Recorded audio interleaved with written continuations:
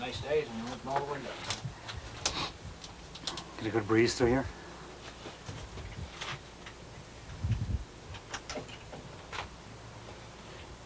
That one I think I'll leave shut.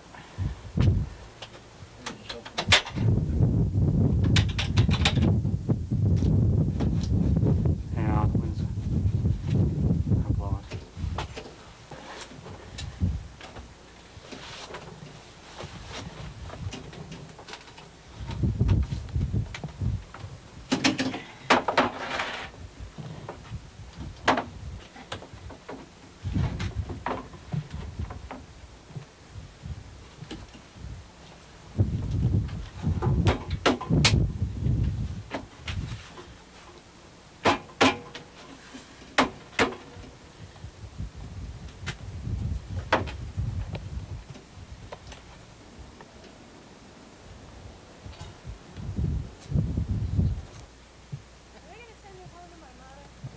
Probably.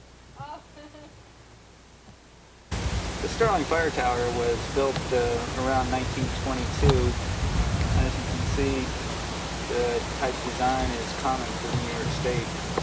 I'm not exactly sure when the cabin was placed on, but it was rebuilt in 1968. Most of the footings have been rebuilt and restructured anywhere from 1968 on up to the last year of 72 was the last that we reconstructed some of these footings. I notice there's a lot of inscriptions in the concrete footings here. Is that any connection with the people who erected the cabin or the tower or did repairs on it? Or? Well, most of the inscriptions you see are from our fire tower observers and some of the forest rangers that refit the footings and did some work on the cabin, yes. As far as vandalism is concerned over the years, has there been a lot of vandalism done to the cabin and the tower? And not recently, but up until about 85, there was a considerable amount of vandalism. You know, people would break in and then we'd into the cab up on top, and then we'd set up a stronger locking bar, and then during the winter we'd always have somebody at least break into the cabin. as far as the old telephone line coming in, we have some of our members who are just interested in lookout paraphernalia such as telephones and pack phones and that sort of. Is there any idea that you can think of when the first telephone line was put in there? I really can't tell you for sure. I do know that the original telephone line was a double line bare wire. You can see some of the posts still remaining. And then back around 68, maybe a little earlier, we put in the covered black line that you see that's hanging now. The biggest problem was maintenance of this line between electrical storms in the summer and then blowdowns during the winter. The reason I ask that is because I've never seen those type of steel holes as you see right there. Right. Going into lookout towers, and usually I've seen just the wooden pegs with the wire wrapped twisted around. Here it is in November 1993, and we all know what the state of affairs of fire towers over the eastern United States basically is. How is the fire tower program in New York State being affected? Well, there is no fire tower program in New York State. It's non-existent. Most all of the fire towers are either closed down permanently or being dismantled as a basis as time goes on. We originally started closing towers back in the 70s. Sterling Tower was one of the last to be closed. The last time it was really in operation was back in 1989, during the fires in Bear Mountain Palisades. And at that point it was not a observatory, but more as a relay tower. For somebody with a telephone, we call messages in, they relay on the telephone and dispatch whatever was needed. So right now the only tower this is the only tower that can be phased back in relatively fast, based on the condition of the telephone line and the condition of the fire tower. Your association has taken over the problems of maintaining it, and which is quite admirable. There's a cabin here close to the tower, and it's been there for however long. I don't know when it was first started or built. It was remodeled in '68, new roof, new addition, and the outhouse was replaced and changed around back then, and updated around '78. The main function of the tower was, of course, for tower observers when they are on major fires or working major fires, instead of going down late at night. You notice we also extended the road from where the present outhouse is all the way up here to this flat area here.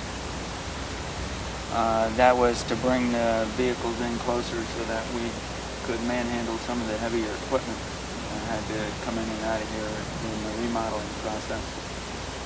Sterling Fire Tower is located on the Sterling Ridge Line that runs from Sterling and Monroe all the way south to Wanacue. By way of the crow flies, we're less than a half a mile from the New York-New Jersey trail, or New York-New Jersey border, and probably about 3/4 of a mile from Greenwood Lake. So we're pretty well located in this very mountainous area, covering all the way down to Bearfort and Mawa, all the way up to Monroe, and even further past Woodbury. When you're up in the tower, you'll notice that the western portion is pretty well cut off on the Belleville side. Belleville mountain range is blocking the area. So any fire that occurs west of the Belleville mountain range has to be pretty big in size for the tower observer to see it.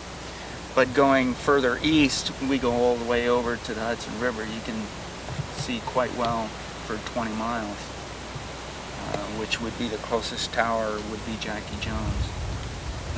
In your experience,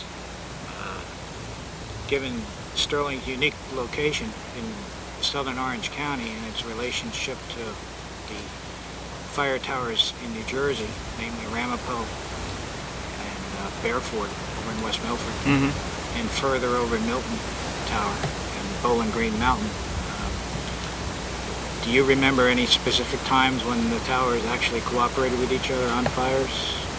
Oh yeah, we were back in the 80s, early part of the 80s, and even up to 88 when we had a lot of major fires in the area. The towers were always cooperating with each other. Matter of fact, for that 20-year period, we would have New Jersey's portable, so that Sterling and Bearfort could talk together. Only recently, Ramapo hasn't been there all that long, and we were never able to see through over to Milton. But Bearfort was an integral part of the fire tower system between Bearfort, Jackie Jones, and Sterling Tower, and then once in a while we'd get readings from Bearfort for the alley dates for Graham over towards Middletown. What's the particulars on the Fire Tower Lookout Association? How did it start? When? First meeting started in 1989 out in French Creek State Park in Pennsylvania, and Steve Cummings from Pennsylvania and Henry Eisenberg from Massachusetts were the two people who were really instrumental in getting the association started. And then after that, we started having meetings twice a year, January and usually August, and we've grown from probably a dozen people who got together on the first two meetings. I think the second one was over in Saddle River or Montvale, New Jersey, from a half a dozen people to oh geez, I don't know how many members we have, but practically every state in the country there's members. There's members in Canada. And very instrumental in trying to get the fire towers, besides being preserved, if not being able to preserve them, at least find sites where if a tower's been taken down, can at least go there, see where the tower was. They look for a lot of artifacts that are been left, like even pieces of glass from the windows, pieces of steel left from the tower. Batteries from battery packs. Everything that has to do with something that happened with the tower, or even with the fire crews that worked in the sites and stuff.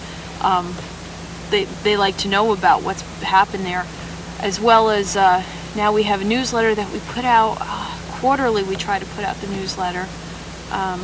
The most recent issue just came out about, what was it, about a week and a half ago, Bob? Something like that? Yeah. Yeah, our next So I one haven't is... got mine. So, yeah, so there's quite a few people, and there's almost every state in the country's been represented, whether it's somebody who's doing 2 or 3 states handling as the state rep to get the newsletter or gather information from. And our next conference will be this January down in Lebanon State Forest in New Jersey, the B Division Forest Fire Office. In the western states, namely Idaho, Montana, Wyoming, Washington, Oregon, there's been a lot of help through the U.S. Forest Service in preserving fire towers, forest fire lookout sites, I should say, that are on national forests. Quite a few of them have been put on the National Historic Lookout Register. And I think there's 9 lookouts alone that have been preserved in Montana through the efforts of the Forest Fire Lookout Association and the U.S. Forest Service. And most recently, the U.S. Forest Service in Montana has initiated a Montana chapter of the Forest Fire Lookout Association, which will be run by members out there. And when it gets going, they're going to elect a director to handle more mundane chores like newsletter distribution, research, and that sort of thing. So that's really kind of unique that the U.S. Forest Service is now more or less hand in hand developing chapters. Through the U.S. Forest Service and the Forest Fire Lookout Association, they've, I should say with the Forest Fire Lookout Association's help, they've initiated a lookout rental program where people can actually put in a request to rent a forest fire lookout site on a mountaintop for either a daily use or weekly or even by the season. If they rent it by the season, the U.S. Forest Service pays them, I think it's, I don't want to quote prices, but they do pay them a certain amount a day to perform lookout duties.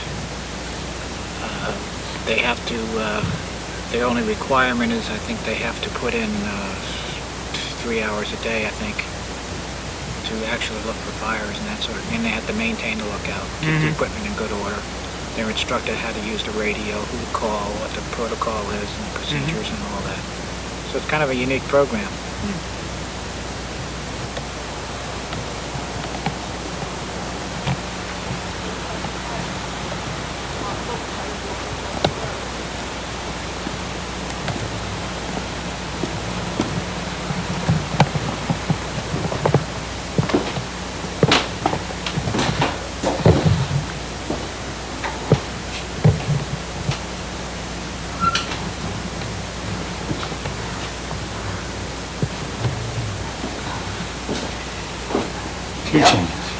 Few changes.